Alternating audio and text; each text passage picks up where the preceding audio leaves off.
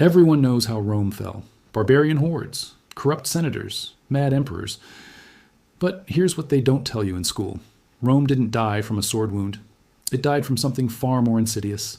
It died from a financial disease that ate it from the inside out. And the terrifying part? We're watching the exact same sickness spread through our world right now.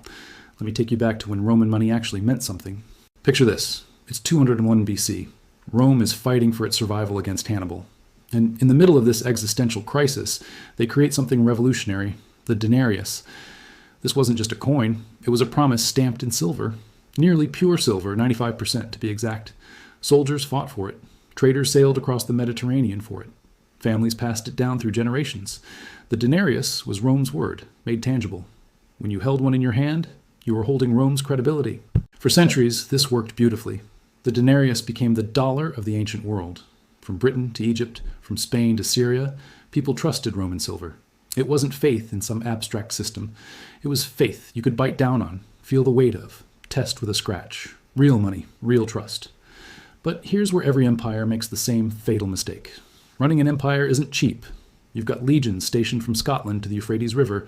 You've got 50,000 miles of roads to maintain. You've got aqueducts bringing water to cities of 1 million people. You've got bread and circuses to keep the masses happy. And you've got enemies everywhere. Germanic tribes pushing from the north, Persians threatening from the east, rebellions flaring up inside your own borders. By the time Emperor Marcus Aurelius is fighting wars on multiple fronts in the 160s AD, Rome has a problem. The treasury is bleeding. Tax collection can't keep up with military spending. Sound familiar? And this is where governments throughout history always reach for the same toxic solution. They start to cheat. Emperor Nero was one of the first to really push this boundary. Around 64 AD, he reduced the silver content of the denarius from 95% to about 85%. Not enough for most people to notice immediately. The coins still looked the same. They still felt roughly the same weight. But Rome had just taken its first step toward economic suicide. The emperors who followed saw what Nero did and thought, if he could get away with it, why can't we? So they did it again, and again, and again.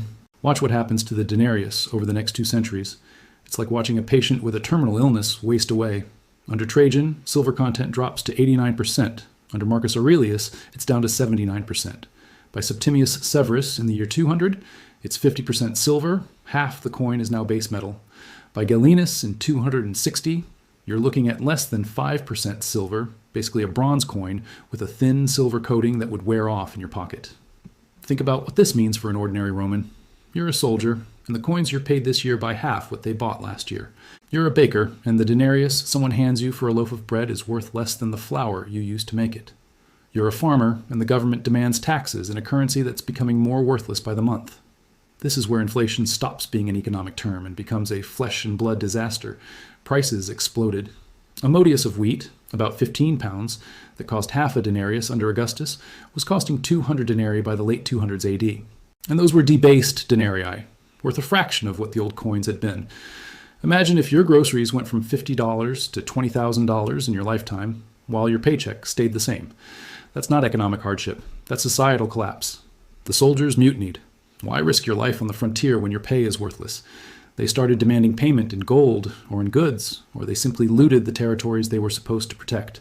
The merchants stopped accepting government coins altogether. Barter came roaring back. Grain for tools, oil for pottery, services for food. 1,000-year-old trading networks disintegrated because nobody trusted the medium of exchange anymore. And here's the vicious spiral that destroyed Rome. The more the economy broke down, the more desperate the emperors became. And desperate emperors produced even worse coins, hoping that flooding the market with currency would somehow solve the problem their previous flooding had created. It's like drinking seawater because you're thirsty. This brings us to the crisis of the 3rd century. And if you think our modern crises are bad, buckle up. Between 235 and 284 AD, Rome experienced 50 years of pure chaos. In those 5 decades, Rome had over 50 emperors. Most didn't die peacefully in their beds. They were assassinated, murdered by their own troops, killed in civil wars, or executed by rivals. One emperor, Gordian II, lasted 22 days. Emperor Quintillus made it 17 days before he was killed. The average reign was less than 2 years. But the political instability was just the symptom. The disease was the currency. Nobody knew what anything was worth anymore. The government couldn't collect real taxes because their own money was garbage. They couldn't pay armies, so armies turned on them. They couldn't maintain infrastructure, so trade routes became hunting grounds for bandits. They couldn't fund defenses, so barbarians poured across the borders. Entire provinces were lost, not because Roman soldiers couldn't fight, but because there was nothing left to pay them with. Cities were abandoned, populations collapsed. The plague swept through in waves, killing millions, and the government didn't have the financial capacity to respond. This is what monetary collapse looks like at scale. Not just inflation, complete systemic failure. Emperor Diocletian tried to fix it with perhaps the most spectacularly failed economic policy in history. In 301 AD, he issued the Edict on Maximum Prices. He literally listed out maximum prices for over 1,200 goods and services. Everything from wheat to wine, from carpenters' wages to teachers' fees. Break the price ceiling, death penalty. You can guess how well that went. When the currency itself is worthless, price controls are like putting a Band-Aid on a severed artery. Merchants simply stopped selling goods at legal prices. The official economy vanished overnight. Black markets exploded. Soldiers had to be paid in goods requisitioned by force. The government became a protection racket, confiscating property to keep itself alive. Diocletian's cure was worse than the disease. It took Constantine the Great to finally amputate the gangrenous limb.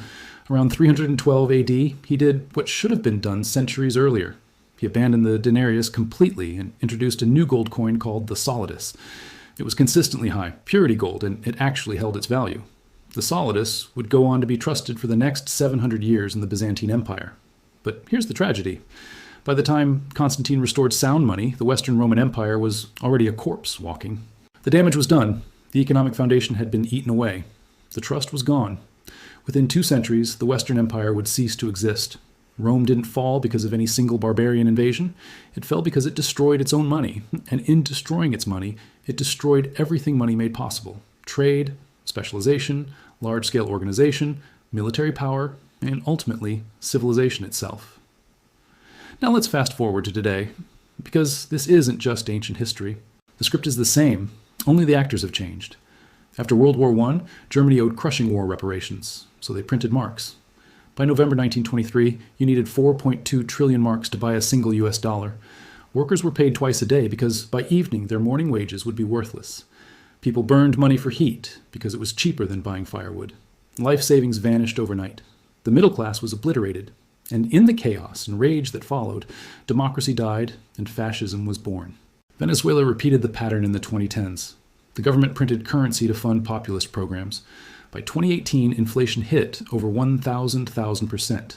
Families fled the country with whatever they could carry. Doctors and engineers became street vendors in neighboring countries because their life's work was denominated in worthless bolivars. Zimbabwe, Argentina, Yugoslavia, Turkey, Lebanon.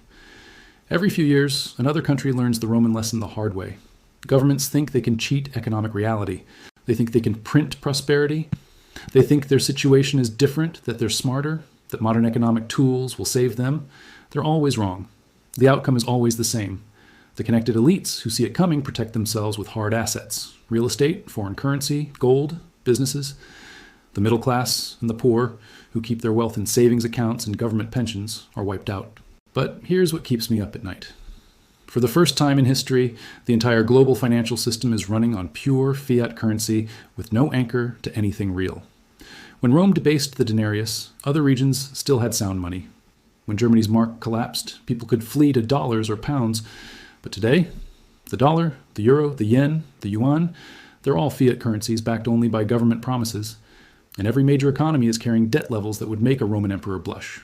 The U.S. national debt is over $36 trillion and climbing. That's debt that can never be repaid through economic growth alone. The only way out is inflation, to pay back loans with money that's worth less than when borrowed. It's the same trick Rome pulled, the same trick Weimar Germany pulled, the same trick every failing currency has pulled. And central banks are now openly coordinating to keep the system afloat through unlimited money printing. They call it quantitative easing, or monetary stimulus. The Romans called it debasing the currency. Same disease, fancier name. Since 1971, when Nixon severed the last connection between the dollar and gold, the US dollar has lost over 87% of its purchasing power. A house that cost $25,000 in 1971 now costs $400,000. College tuition that was $500 a year is now $50,000. Healthcare, food, energy, everything denominated in dollars costs exponentially more, not because the goods changed, but because the measuring stick shrank. Your paycheck might be bigger in nominal terms, but your purchasing power has been stolen through inflation. It's a silent tax that no politician has to vote for, no protest can stop, And most people don't understand until it's too late. So what do you do about it? First, understand that inflation isn't a natural disaster. It's a policy choice. It's not something that happens to governments. It's something governments do to their people.